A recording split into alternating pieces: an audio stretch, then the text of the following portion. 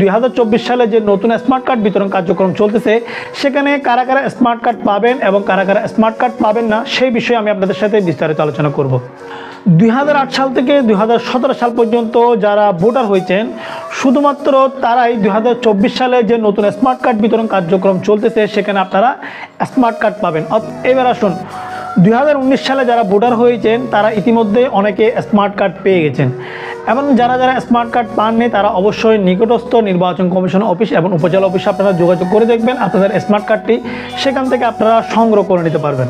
2020, 2021 এবং 2022 এবং 2023 সালে যারা নতুন করে ভোটার হয়েছেন আপনাদের স্মার্ট কার্ড এখনও পর্যন্ত তৈরি হয়নি। অর্থাৎ 2024 সালে যে নতুন করে স্মার্ট কার্ড বিতরণ কার্যক্রম চলতেছে সেখানে 2020 সাল থেকে 2023 সাল পর্যন্ত যারা ভোটার হয়েছেন সেখানে তারা স্মার্ট কার্ড পাবেন না। অর্থাৎ আপনাদের স্মার্ট কার্ড এখনও তৈরি হয়নি। আপনারা অবশ্যই অনলাইন থেকে সার্ভার কপিটি